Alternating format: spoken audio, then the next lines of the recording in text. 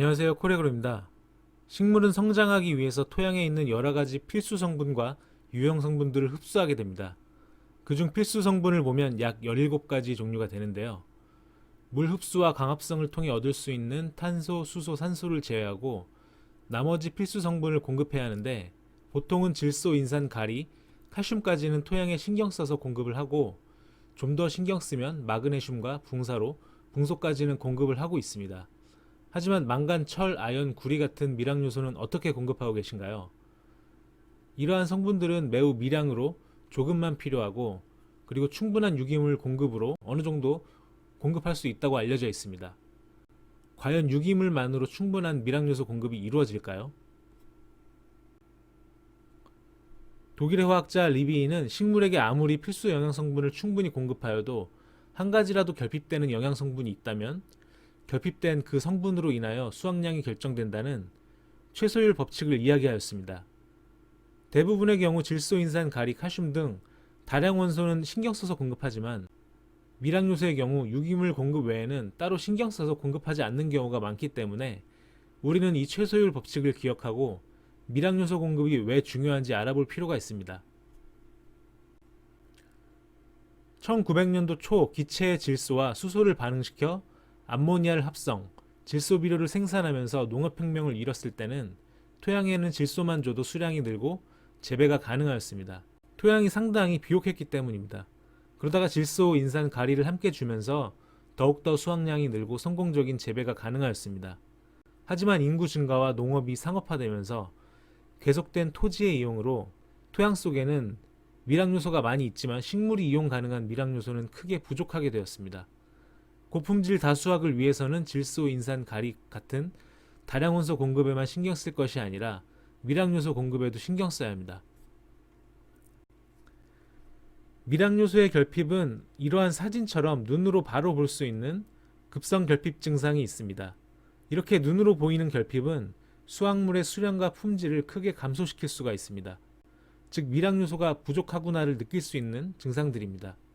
그런데 미량 요소의 증상이 눈에 보이지 않는다면 여러분은 미량 요소가 부족하지 않다고 생각하실지도 모릅니다. 하지만 눈으로 볼 수 있는 결핍과 달리 외관상 어떠한 결핍 증상은 보이지 않지만 수확물의 품질이 떨어지고 수확량이 줄어드는 미량 요소의 잠재적 결핍이 발생하기도 합니다. 즉 미량 요소 공급에 조금만 신경 쓰면 수확량과 품질을 더욱 올려줄 수도 있습니다.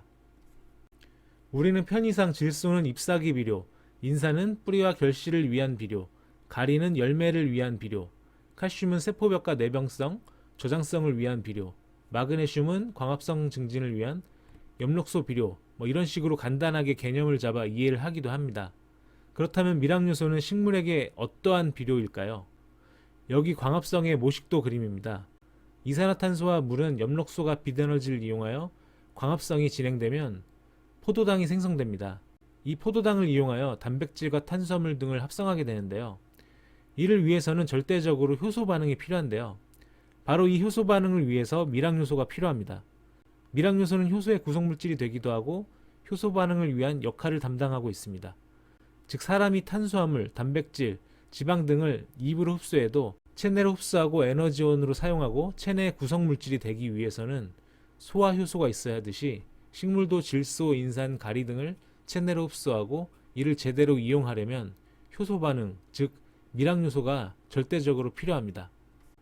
미량 요소는 각종 효소 작용 역할과 함께 다양한 역할들을 하는데요. 철은 엽록소 생성으로 광합성과 단백질 합성에 큰 역할을 하고, 망간은 비타민C를 생성하고 유지, 즉 기름을 생성하기 때문에 참깨나 들깨 같은 작물 품질 향상에 큰 영향을 주고요. 세포 신장 및 분열에 영향을 주기 때문에 식물의 생장뿐만 아니라 과일의 크기 향상에도 매우 중요한 성분입니다. 붕소는 신초의 생장에 영향을 주어 부족하면 숨머지가 오게 되고, 세포벽 합성으로 내병성을 강화시키고, 탄수화물 대사로 열매의 품질 향상, 그리고 꽃가루의 발화로 원활한 수정에도 영향을 주는 성분입니다. 아연의 경우도 광합성과 탄수화물 대사에 관여하기 때문에 수확물 품질에 큰 영향을 주고, 옥신 호르몬 합성에도 역할을 하기 때문에 생장과 수정에도 큰 역할을 담당합니다. 구리의 경우도 광합성 작용과 질산염을 환원시켜 아미노산과 단백질 생성에 큰 역할을 합니다. 즉 식물이 잘 성장하고 특히 양파, 마늘, 과일, 어떠한 열매 등 각종 수확물의 맛과 식감, 그리고 크기 및 때깔 증진, 저장성 향상을 위해서라도 미량요소 공급은 매우 중요하다고 할 수가 있습니다.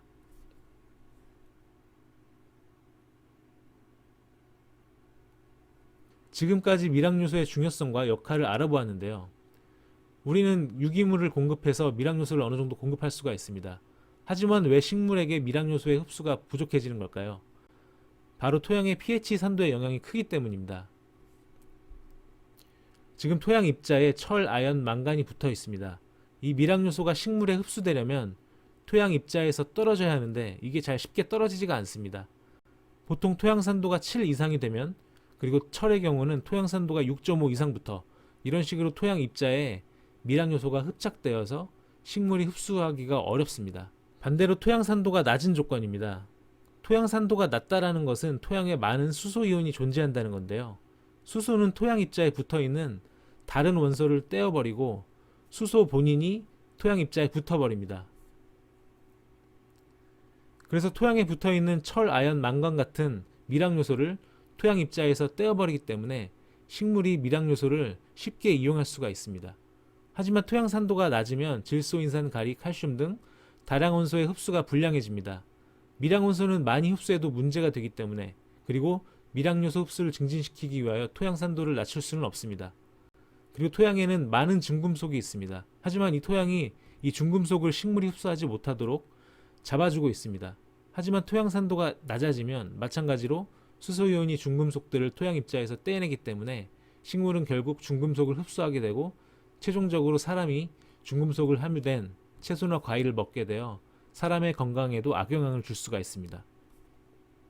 그 밖에도 미량요소의 흡수력 결정 요인을 보면 방금 말씀드린 것처럼 토양 산도에 의하여 결정되는데, 우리는 대부분 토양에 칼슘을 살포하여 토양을 6에서 7 사이로 맞춥니다.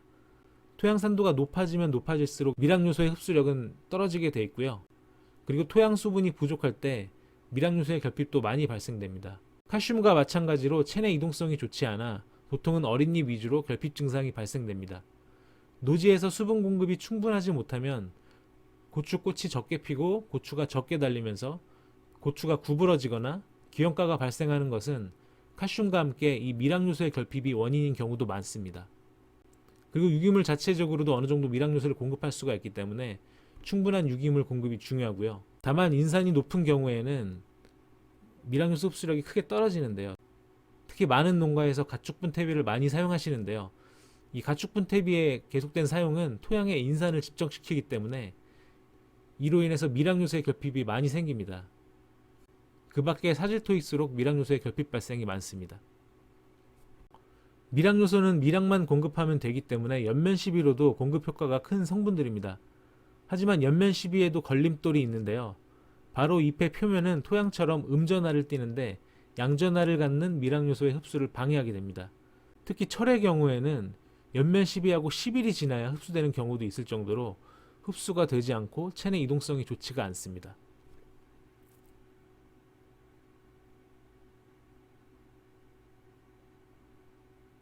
지금까지 알아본 것처럼 미량요소의 이러한 정기적인 성질 때문에 토양에서는 미량요소가 토양 입자에 흡착하고 연면 시비할 때는 잎의 표면에 흡착하기 때문에 미량요소의 흡수가 어려웠습니다. 그래서 이러한 미량요소의 정기적인 성질을 없애기 위하여 킬레이트 물질을 미량요소에 씌우게 되면 전기적 성질이 없어지기 때문에 토양이나 연면 시비에도 흡수력이 좋아집니다. 그래서 미량요소를 공급할 때는 킬레이트 처리된 미량요소로 공급하는 것이 상당히 유리합니다. 미량요소 공급은 언제 하는 게 좋을까요? 미량요소는 수확 초기부터 수확기까지 언제라도 공급하면 도움이 됩니다. 바로 양분을 흡수하고 이용하기 위한 소화제이기 때문입니다. 미량으로 필요하기 때문에 자주 공급할 필요는 없습니다. 15일 정도에 한 번씩 공급하면 큰 도움이 될 수가 있는데요. 우선 생육 초기에는 생육이 왕성하기 때문에 미량요소 요구량이 좀 더 많습니다. 그래서 생육 초기에 미량요소를 한 번 정도 공급해 주시면 도움이 되고요. 그리고 꽃눈이 발아하거나 꽃이 개하기 직전에 살포해 주시면 꽃의 개화는 물론 발화와 수정에 매우 효과적으로 작용합니다. 특히 개화기의 미량요소 공급은 꽃을 더 많이 피게 하고 열매를 더 많이 맺게 하고 기형가를 줄이는 데 큰 도움을 줄 수가 있습니다. 그리고 한참 생식 성장으로 전환을 하게 되면 뿌리의 생육이 많이 부진해지고 과체류의 경우 다음 화방 수량에 영향을 미칩니다. 이때 밝은제 등을 함께 미량요소를 관주로 공급해 주시면 뿌리 생육에 큰 도움이 될 수가 있습니다. 그리고 열매의 크기와 당도 증진, 착색을 위해서 당분 생성이 잘 이루어져야 하는데요. 효소 작용을 원활하게 해주는 미량요소 공급이 필요하기 때문에 비대기부터 미량요소를 충분히 공급해 주시면 과의 크기와 때깔 향상에도 도움이 됩니다. 지금까지 미량요소의 중요성과 미량요소를 공급해야 하는 이유를 알아보았습니다. 우리는 붕소를 제외하고 나머지 미량요소는 공급에 크게 신경 쓸 필요가 없다고 배우고 있습니다. 하지만 조절이 쉽고 물로 매일 몇 번씩 공급하는 양액재배에서도 미량요소 결핍이 발생합니다. 눈으로 보이는 미량요소 결핍이 다가 아닙니다. 단순히 큰 열매가 아니고 맛이 좋고 식감이 좋은 열매, 모양이 좋은 열매, 그리고 저장성이 좋은 열매를 위해서는 이 눈에 보이지 않는 미량요소 결핍을 해결해야 합니다. 저희는 항상 여러분의 성공 농사를 기원하겠습니다. 감사합니다.